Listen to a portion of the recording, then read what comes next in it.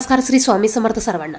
21 जुलैला गुरुपौर्णिमा आहे आणि ज्यांना गुरुपौर्णिमेनिमित्त 21 स्वामीचरित्र सारामृताचे पारायण कसे करायचे आहे याविषयीची संपूर्ण माहिती आपण या व्हिडिओमध्ये बघणार आहोत. बघा, 21 पारायण तुम्ही गुरुपौर्णिमेपर्यंत कसे करू शकतात किंवा गुरुपौर्णिमा झाल्यानंतर देखील तुम्ही हे 21 दिवसाचे पारायण कंटिन्यू करू शकतात. आता ज्यांना 11 दिवसाचे पारायण करायचे असेल त्यांनी देखील हे पारायण कसे करायचे याविषयीची संपूर्ण माहिती आपण या व्हिडिओमध्ये बघणार आहोत. तुमची जर का कोणतीही इच्छा असेल ती पूर्ण होत नसेल किंवा तुम्ही तुमच्या घरातील इतर व्यक्तींसाठी किंवा स्वतःसाठी ही सेवा करू शकतात. या व्हिडिओमध्ये सांगितलेले नियम माहिती बघून जर का तुम्ही ही सेवा केली तर तुमचे 100% प्रश्न हे सुटणार आहात. आता ही सेवा कोण करू शकतं? तर ही सेवा ज्याला वाटेल ती व्यक्ती करू शकते. स्त्री, पुरुष, लहान मोठे ज्यांनाही ही सेवा करायची आहे ती व्यक्ती ही सेवा करू शकते.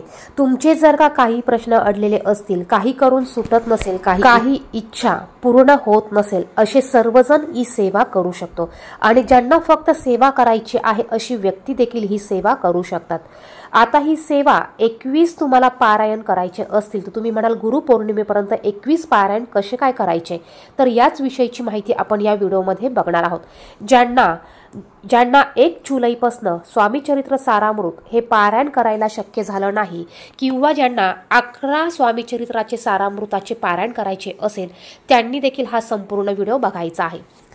आता हे पारायण करण्यासाठी तुम्हाला पहिल्या दिवशी तुमचा संकल्प सोडायचा असतो. संकल्प सोडताना त्यामध्ये तुम्हाला तुमची इच्छा सांगायची आहे. पहिल्या दिवशी शक्य झाल्यास तुम्ही स्वामींच्या मंदिरात केंद्रात जाऊन स्वामींसमोर तुम्हाला एक नारळ, खडी साखर, एक फूल ठेवायचं आहे आणि तुमचं हे पारायण तुम्ही कशासाठी करत आहात ते तुम्हाला स्वामींना सांगायचं आहे आणि हे पारायण तुमच्याकडनं निर्विघ्नपणे पूर्ण होऊ दे अशी प्रार्थना करायची आहे. त्यानंतर हे पारायण तुम्ही तुमच्या घरात करणार आहात. जर का तुमचं घर मोठं असेल तर तुम्ही पूजेची मांडणी करू शकतात. घर छोटं असेल तर पूजेची मांडणी नाही केली तरी चालणार आहे. तुमच्या देवघरामध्ये स्वामी समर्थांचा फोटो असेलच, मूर्ती असेलच. तुम्ही तुमच्या देवघरासमोर बसायचं आहे आणि तुम्ही ज्या वेळेस हे पारायण करायला बसणार आहात त्यावेळेस दिवा प्रज्वलित करायचा. त्यावेळेस तुम्हाला धूप, दीप, अगरबत्ती लावून घ्यायची आहे. स्वामींसमोर तुम्हाला गोड खडी साखरेचा किंवा कोणत्याही पदार्थाचा किंवा फळाचा तुम्हाला नैवेद्य दाखवायचा आहे. स्वामींना तुम्हाला विनंती करायची आहे, स्वामींना मुजरा करायचा आहे, म्हणजे तुम्हाला पंचोपचारे स्वामींची पूजा करून घ्यायची आहे. त्यानंतर तुम्हाला तुमच्या या पारायणाच्या वाचनाला सुरुवात करायची आहे. आता बघा, हे तुम्ही जे पारायण करणार आहात, आता तुम्ही म्हणताल 21 पारायण कसे पूर्ण करायचे, तर बघा 21 जुलैला गुरुपौर्णिमा आहे. तुम्ही जर का हे पारायण आजपासून चालू केलं किंवा उद्यापासून चालू केलं तरी तुम्ही त्या दिवसापासून पुढे 21 दिवस कंटिन्यू हे पारायण करू शकता. अगदी गुरुपौर्णिमा झाली तरी देखील तुम्ही नंतर 21 दिवस पूर्ण होईपर्यंत हे पारायण कंटिन्यू करू शकतात. आता ज्यांची इच्छा असेल की तुम्हाला 21 तारखेला गुरुपौर्णिमा आहे त्याच दिवशी तुम्हाला सांगता करायची आहे आणि त्या दिवसापर्यंत तुम्हाला 21 पारायण पूर्ण करायचे आहे, तर अशांनी कसे करायचे, तर पहा, तुम्ही एका दिवसाला 2 पारायण करू शकतात. आता 21 तारखेपर्यंत तुम्हाला किती दिवस होतात बघा आणि 21 तारखेपर्यंत त्या दिवसात तुम्हाला 21 तारखेपर्यंत किती दिवस होता हे काउंट केल्यावर तुम्ही त्या दिवसात किती वेळा हे पारायण केल्यावर तुमचे 21 पारायण कंप्लीट होईल हे बघा आणि त्यानुसार तुम्ही एका दिवसाला 2 किंवा 3 सुद्धा पारायण करू शकतात. तुमच्याकडे टायमिंग असेल तर तुम्ही हे पारायण दिवसातून 2 वेळा 3 वेळा देखील करू शकतात. आता ज्यांना 11 स्वामीचरित्र सारामृत पारायण करायचे असतील तर त्यांनी अगदी 11 पारायण देखील हे तुम्ही 21 तारखेपर्यंत याच पद्धतीने करू शकतात. आता पारायण करण्याचे काही नियम आहेत. पहिल्या दिवशी तुम्हाला संकल्प सोडायचा आहे, त्यामध्ये तुम्हाला तुमची इच्छापूर्ती सांगायची आहे. दुसरं म्हणजे हे पारायण तुम्ही एका जागेमध्ये एकाच वेळेमध्ये बसून करण्याचा प्रयत्न करायचा आहे. कारण बघा, ज्यावेळेस तुम्ही एक वेळ ठरवून घेताल आणि त्याच वेळेमध्ये जर का तुम्ही बसून हे पारायण केलं तर ह्या पारायणामुळे तुमची जी पण काही इच्छा असेल, तुम्ही संकल्प सोडताना जी काही मनोकामना केली असेल ती 100% तुमची पूर्ण होते. कारण त्या वेळेमध्ये त्या ठिकाणी तुमची जी ऊर्जा असते ती तुमची वाट पाहत असते. त्यामुळे त्या एकाच वेळेमध्ये तुम्ही हे पारायण करण्याचा प्रयत्न करायचा आहे. आता एका वेळेमध्ये एका बैठकीमध्ये हे पारायण तुम्हाला करायचं आहे। एका बैठकीमध्ये तुम्हाला श्री स्वामीचरित्र सारामृत या ग्रंथातील 1 ते 21 अध्याय संपूर्ण तुम्हाला वाचायचे आहे। बघा, 1 ते 21 अध्याय हे संपूर्ण तुम्हाला एका बैठकीत वाचायचे आहे। म्हणजे तुम्हाला मध्ये उठायचं नाहीये। तुम्हाला तहान लागत असेल ते पिण्यासाठी तुम्ही 1 ग्लास पाणी भरून ठेवायचं आहे, किंवा कोणाचे फोन आले तर तुम्हाला फोन उचलायचे नाही, फोन तुम्ही सायलेंट करा किंवा थोड्या वेळासाठी बाजूला ठेवा। हा, वॉशरूमला जावं लागलं, इमर्जन्सी असेल तर तुम्ही उठू शकतात, किंवा लहान बाळ असेल, रडत असेल, चुकून रडायला लागलं, तुम्हाला त्याला घ्यावा लागलं तर तुम्ही 2 मिनिटासाठी घेऊ शकतात। तशी स्वामींना तुम्ही प्रार्थना करा, स्वामींकडे माफी मागा आणि त्या पद्धतीने तुम्ही हे पारायण करायला चालू करा।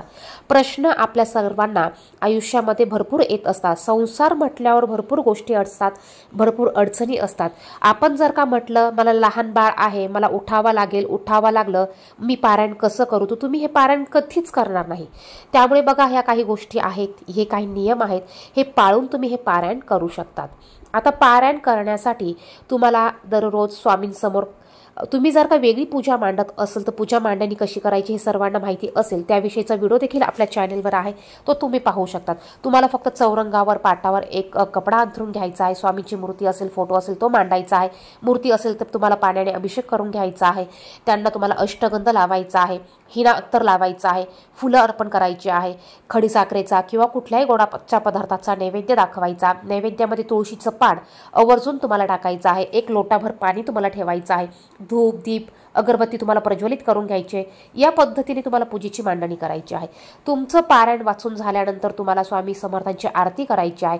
तुम्ही जर का घरामध्ये एखादा पदार्थ जो जेवणासाठी करत असाल त्याचा नैवेद्य तुम्ही स्वामींना दररोज दाखवू शकतात आणि हा नैवेद्य नंतर तुम्ही घरातल्या सर्वांनी तुम्ही ग्रहण करू शकतात। नैवेद्य दाखवताना त्यामध्ये तुळशीचं पान तुम्हाला न विसरता हे टाकायचं आहे। तर या पद्धतीने तुम्हाला हे पारायण करायचं आहे आणि शेवटच्या दिवशी तुम्ही याची सांगता करायची आहे। सांगता देखील तुम्हाला अगदी साध्या सोप्या पद्धतीने करायची आहे।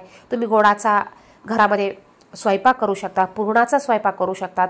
त्या दिवशी तुम्ही स्वामींसाठी बेसनाचे लाडू बनवू शकतात आणि तुम्हाला घरात तुम्ही एखाद्या जोडप्याला जेवायला बोलवू शकतात। तुम्हाला पाहुण्यांना बोलवायचं असेल तुम्ही पाहुण्यांना बोलवू शकतात। तुम्हाला मुलांना जेवायला घालायचं असेल तर तुम्ही मुलांना जेवायला घालू शकतात, किंवा घरातल्या घरात देखील तुम्ही हे उद्यापन करू शकतात आणि एखाद्या स्वामी समर्थांच्या मंदिरात तुम्ही अन्नदान करू शकतात, किंवा अन्नदान होईल इतकी अमाऊंट किंवा एवढे पैसे तुम्ही त्या दानपेटीमध्ये टाकू शकतात। मंदिराच्या बाहेर असलेल्या गरिबांना तुम्ही काही खायचे पदार्थ तुम्ही त्यांना अन्नदान करू शकतात। तर या पद्धतीने तुम्ही याची सांगताही करू शकतात। आता पारायण करताना तुम्हाला नॉनव्हेज ग्रहण करायचं नाहीये, तुम्हाला नॉनव्हेज वर्ज्य करायचं आहे। आता तुम्ही म्हणाल घरात आमच्या नॉनव्हेज बनवलं जातं, मग आम्ही काय करायचं? तर बघा, तुम्ही त्यांच्यासाठी नॉनव्हेज बनवून द्या, स्वामींकडे तुम्ही माफी मागा आणि तुम्ही नॉनव्हेज हे खाऊ नका। त्यानंतर ब्रह्मचर्याचं पालन तुम्ही नाही केलं तरी चालणार आहे, कारण काही जोडपे हे संतती प्राप्तीसाठी पारायण करत असतात, त्यामुळे तुम्ही ब्रह्मचर्याचं पालन नाही केलं तरी चालणार आहे। आता तुम्हाला 21 पारायण होईपर्यंत बाहेरचं अन्न वर्ज्य करायचं आहे। आता काहींची मेस असते, काही जॉबला असतात, काही पीजीमध्ये राहत असतात, मग अशांनी कसं करायचं? तर बघा, तुम्हाला काही कारणास्तव बाहेर खावं लागलं तर तुम्ही तुमच्या स्वतःच्या पैशानेच ते खायचं आहे, परंतु त्याच्या अगोदर तुम्हाला 3 वेळा 5 वेळा शक्य झाल्यास 21 वेळा किंवा 1 माळ गायत्री मंत्राचं तुम्हाला गायत्री मंत्र म्हणायचं आहे। तुम्ही 3 वेळा जरी गायत्री मंत्र म्हटला तरी चालेल, 3 वेळा गायत्री मंत्र म्हणा आणि त्यानंतर तुम्ही जेवण करा किंवा ते अन्न ग्रहण करा। शक्यतो जेवढं शक्य होईल तेवढं तुम्ही बाहेरचं अन्न न खाता येईल याचा प्रयत्न करायचा आहे। आता जर का पारायण चालू असताना तुम्हाला मासिक धर्म आला तर तुम्हाला तेवढे दिवस स्किप करायचे आहे आणि त्यानंतर हे पारायण तुम्हाला कंटिन्यू करायचं आहे। त्यासाठी बघा, महिलांचा जर का मासिक धर्म झाला असेल तर तुम्ही मासिक धर्म झाल्यानंतर देखील हे पारायण करायला सुरुवात करू शकतात। सूतक आलं तर तुम्हाला तेवढे दिवस स्किप करायचे आहेत, त्यानंतर तुम्ही हे पारायण कंटिन्यू करू शकतात। तर या पद्धतीने तुम्हाला ह्या नियमांचं पालन करायचं आहे आणि बघा, तुम्हाला दररोज एका ठिकाणी आणि एका वेळेमध्ये हे पारायण करण्याचा प्रयत्न करायचा आहे। म्हणजे बघा, तुम्ही रोज सकाळी पारायण करत असेल तर तुम्ही रोज सकाळीच पारायण करण्याचा प्रयत्न करा। आता एखाद्या दिवशी अडचण आली, त्या टायमाला तुम्हाला पारायण करता आलं नाही तर त्या दिवशी अडचणीमुळे तुम्ही ते पारायण संध्याकाळी करा, दुपारी करा, चालणार आहे। पण दररोज आज सकाळी केलं, उद्या दुपारी केलं, परवा संध्याकाळी केलं असं करू नका। एखाद्या टायमाला एखाद्या दिवशी अडचणीमुळे तुम्ही टायमिंग ॲडजस्ट करून घेऊ शकतात। आता पारायण करत असताना दुपारी आपल्याला 12 ते 12:30 ह्या वेळेमध्ये अजिबात पारायणाचं वाचन करायचं नाहीये, कारण त्या टायमाला आपल्या महाराजांचा भिक्षेचा टायमिंग असतो, त्यामुळे त्यावेळेत तुम्हाला पारायण अजिबात करायचं नाहीये। तर ह्या काही गोष्टी आहेत, या गोष्टींचं पालन करून तुम्हाला हे पारायण करता येऊ शकतं। तुम्ही तुमच्या कठीणातील कठीण इच्छेसाठी हे पारायण करू शकतात। अगदी मनापासून तळमळीने हे पारायण करा, नक्कीच तुमची इच्छाही पूर्ण होणार आहे। व्हिडिओमध्ये सांगितलेली माहिती आवडली असेल तर व्हिडिओला लाईक करा, इतरांना शेअर करा, कमेंट बॉक्समध्ये श्री स्वामी समर्थ नक्की लिहा आणि अशाच माहितीची व्हिडिओ बघण्यासाठी चॅनलला सबस्क्राईब करा। धन्यवाद। श्री स्वामी समर्थ।